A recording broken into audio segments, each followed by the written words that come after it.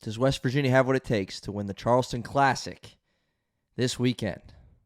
Well, standing in their way on Friday night is the Clemson Tigers, and we've got you covered with an opponent preview here on Mountaineer Moment. This is the Mountaineer Moment, your source for all things West Virginia football and basketball.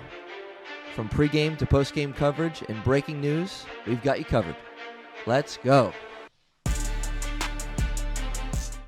All right, welcome in, everybody, to episode number 93 here of Mountaineer Moment. This one talking about West Virginia and Clemson set to do battle tonight down in Charleston, South Carolina as part of the Shriners Children's Charleston Classic.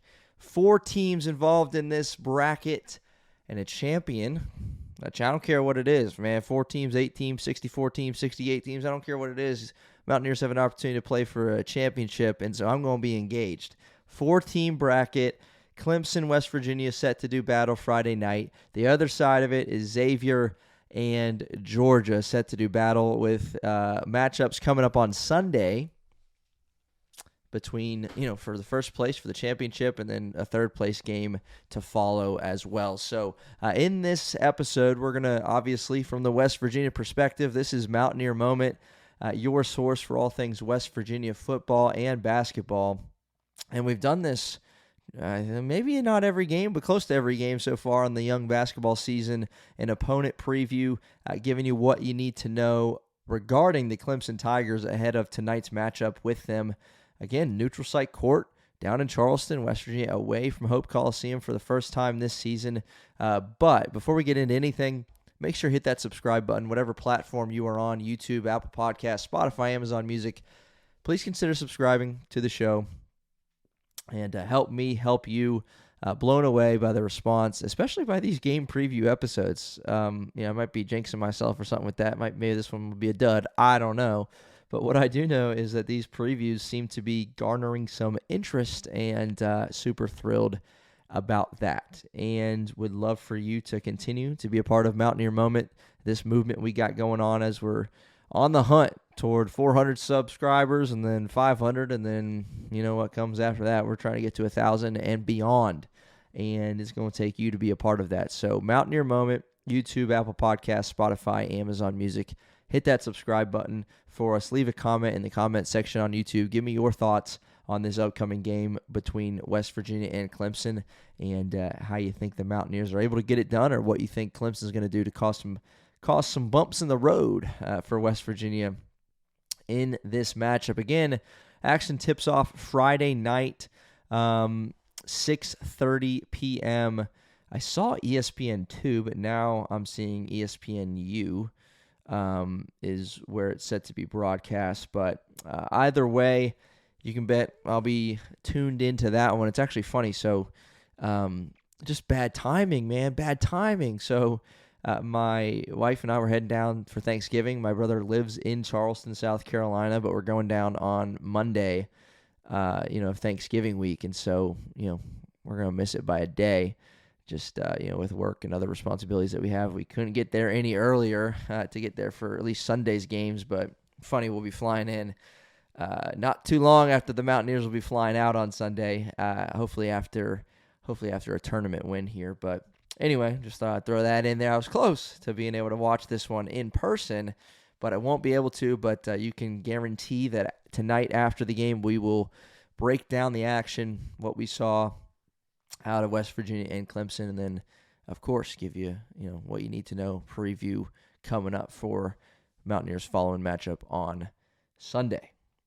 So in this opponent preview, we'll give you a few things from, regarding West Virginia, but we're going to focus on Clemson for the next few moments here and tell you a little bit about what they bring to the table here in Charleston as part of this 4-team tournament. So Clemson, a pretty significant roster overhaul, if you can say it that way. Several transfer portal pickups. Brad Brownell in his 16th season as the head coach at Clemson. They've got several freshmen that they're hoping to have a big impact this season and beyond. The 2 on-court leaders, if you can say it that way, for them last season. You remember Chase Hunter and then the big fella Ian Schieffelin. They're out of eligibility. Mountaineers aren't complaining about that. They helped Clemson reach back-to-back NCAA tournaments, including an Elite Eight run back in 2024, not too long ago at all. But they were the 5 seed in March Madness last season, you'll remember, and lost to that fun group, McNeese State, in the round of 64. Preseason poll in the ACC has them pinned to finish 7th out of the 18-team league. That's looking to bounce back, right? To be quite honest, ACC, a down season a year ago, looking to bounce back, and Clemson hoping to be a part of that. This year, Clemson's off to a 4-1 start. Their lone loss coming in a game on the road at Georgetown, 79-74, a close one that the Tigers actually led at halftime. And then all 4 of the other games, their 4 wins in blowout fashion against New Hampshire, Gardner-Webb, Morehead State, and North Alabama to get to 4-1 this season. Now, there's a few things to me, and we'll get into a few specific players and then give you some keys to victory for West Virginia in this matchup. But a few things that stick out to me regarding this Clemson team, and one thing jumps right off the page at you. The Tigers have a really impressive balanced scoring attack offensively through 5 games. It's pretty crazy. So they have 8 players. Listen to this. They have 8 players averaging between 11.5 points and 6.5 points. 8 players between 11.5 and 6.5. Now, there's another team, and we've talked about it actually in a collab episode that we did with Mountaineer Paul over on College Sports Insiders, where you can find myself and Mountaineer Paul doing some episodes other than West Virginia, but a lot of still kind of a West Virginia focus over there, if you can say it that way. We talked about another team in this bracket, the Georgia Bulldogs, who can score it like crazy, averaging over 99 points a game, and they have an incredible balanced attack as far as scoring, obviously, and just the amount of players that are playing and getting significant minutes. But as far as a team in the country, and it's super early and things might be skewed because of who you're playing and all of these things to take into consideration. But 8 guys averaging between 11.5 and 6.5, I don't know that many teams around the country are doing that. That's extremely well-rounded offense for the Clemson Tigers. They got a lot of size as well. Carter Welling is 6'10". Jake Wildland, 6'10", junior, averaging close to 10 and 5 a game. He's shooting it well from beyond the arc, 47.5% from 3 this season. Carter Welling is a junior transfer who comes over from Utah Valley, average over 13 points a game last season, and with Clemson about 11 and 6. RJ Godfrey. Now, if that name sounds familiar, he's been there a little bit, been around the block, because he pulled an Emmett Matthews for us, for those of us that follow West Virginia. 6'8" senior who's back with the Tigers after spending some time with Georgia, the Georgia Bulldogs, last season. Who very well could see each other on Sunday in the first place game or the third place game. We'll see. But RJ Godfrey, averaging 11 points and over 6 rebounds for him, 6'8" senior, who spent a couple years at Clemson, went off to Georgia, and the prodigal son returned to Clemson for them. RJ Godfrey having a big start to his season back with Clemson.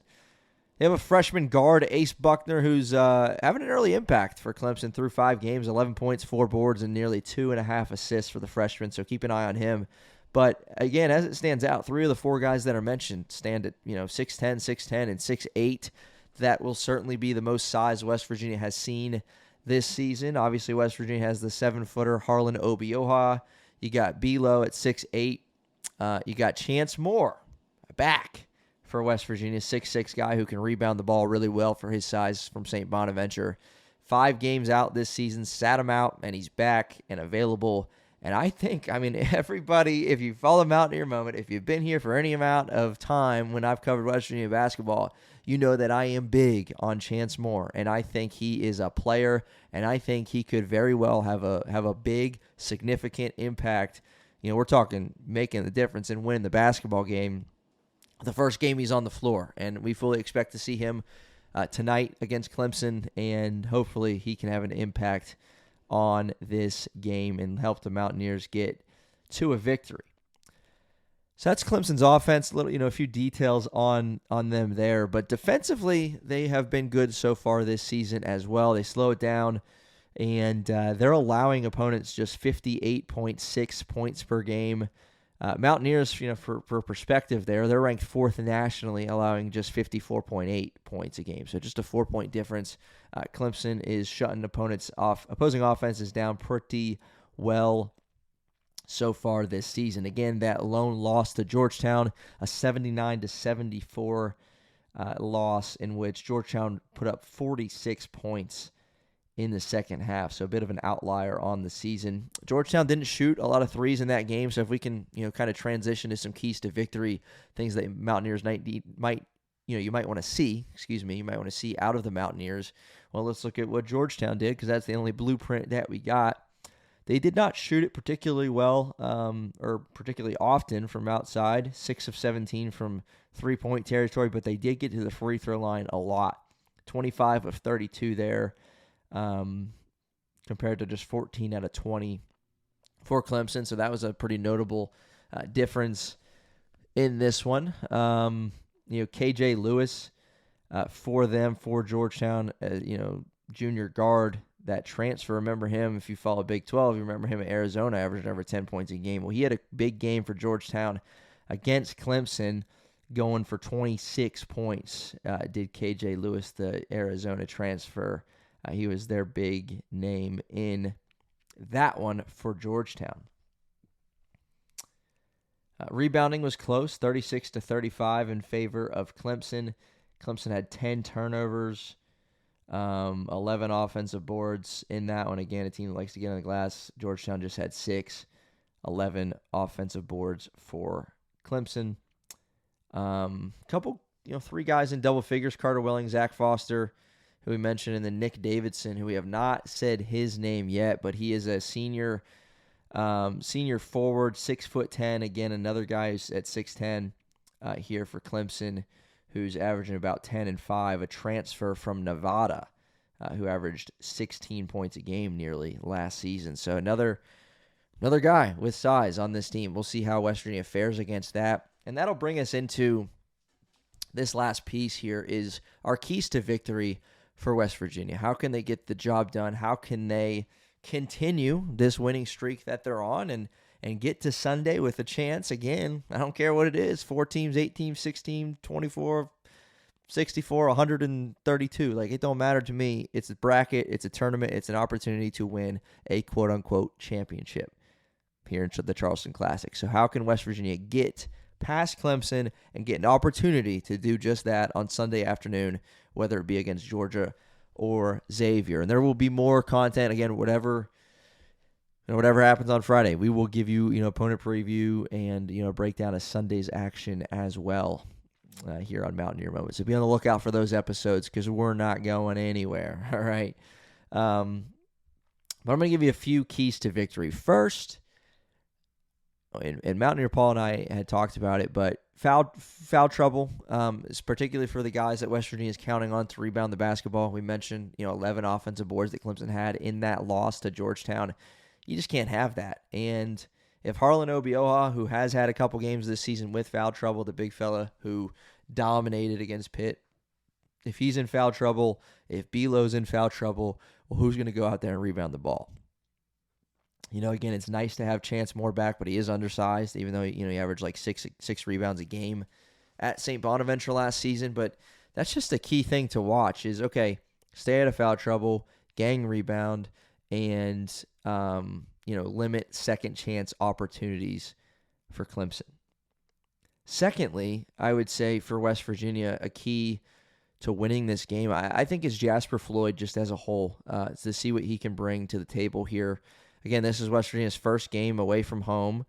You're throwing Chance Moore hopefully into the fold. We'll see how many minutes he gets, see how well he's doing conditioning wise with his legs under him for his first appearance on the young season.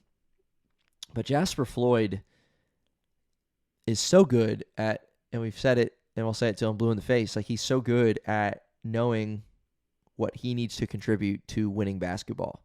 Season opener, he had 25 points because, well, that's what we needed because everyone else was struggling. He hasn't scored a whole lot, lately, but he's running the offense well. He's obviously super, super involved defensively, and he's just good, and he runs the offense, gets people in the right spots, runs the right sets. And, when you have a step up in competition, which you're going to have against Clemson, you need to rely and ride that point guard that you've got in Jasper Floyd. And so I'm just going to pull up his numbers for you over the last few games and, see what he has been doing for this 5-0 start for West Virginia. So Jasper Floyd's averaging just about what he did at North Texas, honestly, just through these 5 games. Almost 10 points a game, 5 assists, and about 4 boards for him so far. Against Pitt, he was good. That was probably, if not his best game, right, just because he had 25 points against Mount St. Mary's. His game against Pitt was good. He was efficient, 4 of 8, made 1 3, 4 of 5 from the free throw line. He had 13 points, 7 assists, a season high, and 5 boards tied for a season high. So against Pitt, a power conference opponent, Jasper Floyd played a really, really good game in a 22-point win. And I think you're going to need a really, really good game out of him in order to beat Clemson. Does it mean that he has to be a double-digit scorer? No, it doesn't. That's how unique his game is, and we know the story, right? West Virginia has had a different leading scorer in all 5 games this season. Will it be a 6th? We don't know. At some point, we're going to run out of league scorers to be new, but a welcome sign to see what they've been able to do. But Jasper Floyd has to be big. He has to have a good game if West Virginia wants to win this one against Clemson. The last key to victory that I will say is, I'm kind of torn between a couple, but I only want to give one more because I just said I'm only going to give one more.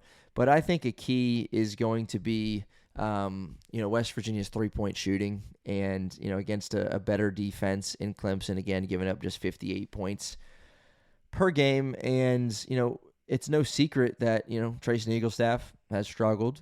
He figured to be a big-time scorer, big-time shooter for this team, and I think he still can be. Otter Huff's coming off of an 8 of 9 from 3-point land performance, against Lafayette earlier in the week, and so that's obviously encouraging. Are we going to sit here and say that, Otter Huff's going to do that again? I don't know, right? Chances are he's not going to shoot it that well, at that high of a clip percentage-wise. But again, I keep thinking Chance Moore. He's a guy that, isn't a great shooter, but can get to the basket, and kick out. And how often are West Virginia's shooters going to be open? We mentioned even for Clemson, they've got some guys that can knock it down too. And you got to stay disciplined on defense. So I guess really the key is just 3-point shooting on both sides of the ball, because you got to stay disciplined if you're West Virginia on defense, not give up too many open looks. And, obviously in this 5-0 start, you've reaped the benefit of playing really, really solid defense, burning the clock down. Clemson's going to be patient, try to look for their shot. You got to stay disciplined, rotate well, communicate well, and limit open shots for Clemson. But I really do think that, you're going to need to make some shots, because there's been games this season where, again, your scorers or your big-time shooters haven't done a whole lot, and yet you still found ways to win.